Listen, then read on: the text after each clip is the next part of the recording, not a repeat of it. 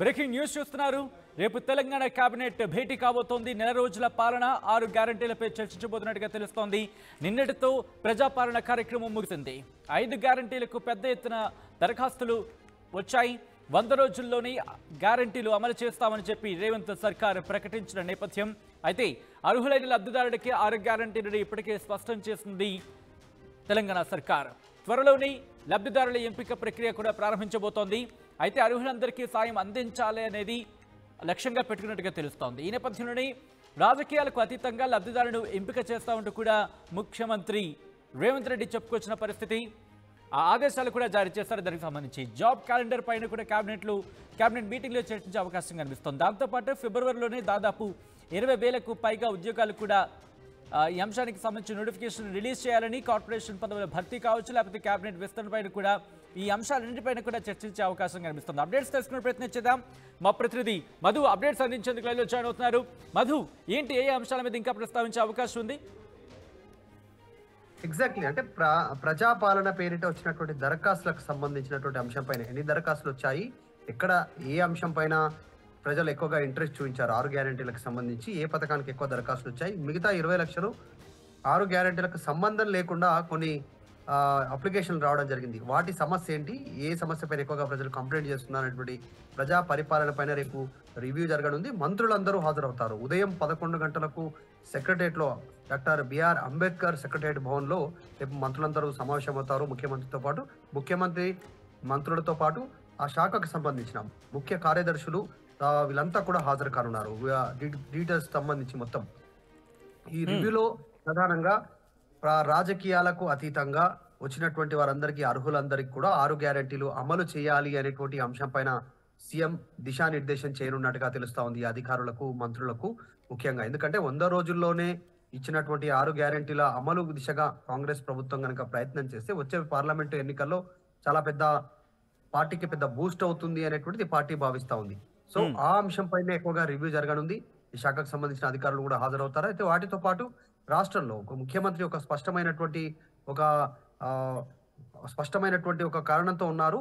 ప్రధానంగా వచ్చేటువంటి 100 రోజుల లోపలనే మంత్రివర్గ విస్తరణ కూడా చేయడానికి సిద్ధమవుతున్నారు. గతంలో పార్టీ హామీ ఇచ్చినటువంటి వారందరికీ కూడా హామీని నెరవేర్చేటువంటి దిశగా, అంటే ఎమ్మెల్సీ ఇచ్చేటువంటి వారికి ఎమ్మెల్సీ, చైర్మన్ ఇచ్చేటువంటి వారికి చైర్మన్స్, వీటన్నిటినీ సిద్ధం చేస్తా ఉన్నటువంటి పరిస్థితి. సో 100 రోజుల లోపలనే ఈ పూర్తి కార్యాచరణ సిద్ధం చేయడానికి ప్రభుత్వం సమాయత్తం అవుతుంది. రేపు 11 గంటలకు జరిగేటువంటి సమావేశంలో కీలకమైనటువంటి ఆదేశాలు అధికారులకు ఇచ్చేటువంటి అవకాశం స్పష్టంగా కనిపిస్తుంది. ఒకటి, ముఖ్యంగా మంత్రివర్గ విస్తరణకు సంబంధించి కూడా చాలా మంది నేతలు పోటీలో ఉన్నారు. చాలా మంది ఆశాభావం వ్యక్తం చేస్తూ ఉన్నారు. మరి ఓడిపోయినటువంటి వారికి మంత్రి పదవి వస్తుందా రాదా, లేదంటే కొత్త వారికే, గెలిచినటువంటి వారికే మంత్రి పదవి ఉన్నారా, లేదంటే సమీకరణాలను దృష్టిలో పెట్టుకొని ఇవ్వాలన్నట్టు పార్టీలో చర్చ భారీగా జరుగుతోంది. సో రేపు కేబినెట్ సమావేశంలో ఈ మొత్తం, అంటే రాష్ట్ర వ్యవహారాలన్నింటికి సంబంధించినటువంటి విషయాలను కాకుండా కేవలం ప్రజా పరిపాలనకు సంబంధించినటువంటి విషయంలో వచ్చిన అప్లికేషన్లు, తీసుకోవాల్సినటువంటి నిర్ణయాలపైన రేపు రివ్యూ జరగనుంది ముఖ్యమంత్రి ఆధ్వర్యంలో.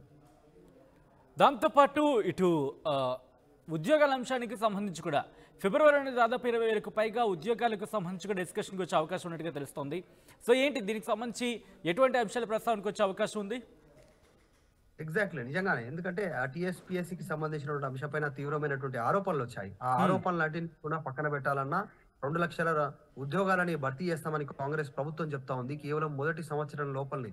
కానీ రేపు పార్లమెంట్ ఎలక్షన్స్ కంటే ముందుగానే వీళ్ళు దాదాపు 20,000కు పైగా ఉద్యోగాలను నోటిఫికేషన్ల ద్వారా భర్తీ చేయాలనేటువంటి దిశగా ప్రభుత్వం అడుగులు వేస్తున్నట్టుగా తెలుస్తా ఉంది. సో వచ్చే సంవత్సరం లోపల 2 లక్షల ఉద్యోగాల టార్గెట్ ఉంది ప్రభుత్వానికి భర్తీలు చేయడంలో. ప్రభుత్వ ఉద్యోగాలపైన టీఎస్పీఎస్సీ ద్వారా పారదర్శకంగా చేయాలనేటువంటి ఆలోచన ఉంది. సో అన్నిటినీ దృష్టిలో పెట్టుకొని మొదటగా 20,000 ఉద్యోగాలు సాఫీగా, ఎక్కడ అవకతవకలు తలెత్తకుండా, ఇబ్బంది జరగకుండా, యాజ్ ఇట్ ఈజ్, అంటే గతంలో టీఎస్పీఎస్సీ ఆధ్వర్యంలో జరిగినటువంటి పేపర్ లీకేజీ లాంటి ఘటనలు జరగకుండా పకడ్బందీగా ఆ నియామకాలు చేపట్టాలనేటువంటిది చెప్తా ఉన్నారు. దాంతోపాటు రాజకీయ పరంగా ఎలాంటి ఒత్తిళ్లు ఉండొద్దు, ఆ ఉద్యోగాల విషయంలో కావచ్చు, ప్రజా పరిపాలనకు సంబంధించిన పథకాల అమలు విషయంలో కావచ్చు అనేటువంటిది చాలా స్పష్టమైన ఆదేశాలు ఇచ్చే ప్రయత్నం చేస్తా ఉన్నారు ముఖ్యమంత్రి రేవంత్ రెడ్డి. ఎందుకంటే వచ్చే పార్లమెంట్ ఎన్నికల్లోపు ఏ చిన్న అవకాశం దొరికినా ప్రతిపక్షాలు వాటిని రాజకీయంగా వాడుకునే అస్త్రాలుగా మారుగేటువంటి అవకాశం ఉంది.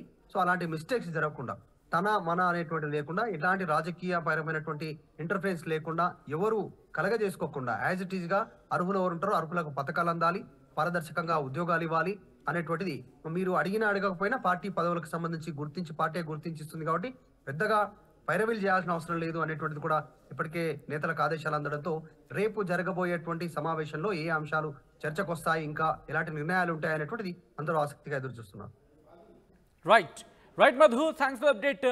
రేపు మరో బిగ్ డెసిషన్ రాబోతోందా అంటే కనుక దాదాపు అవుననే సమాధానం వినిపిస్తోంది. రేపు కేబినెట్ భేటీ కాబోతున్నట్టుగా తెలుస్తోంది. తెలంగాణ కేబినెట్ రేపు భేటీ అవకాశాలున్నాయి.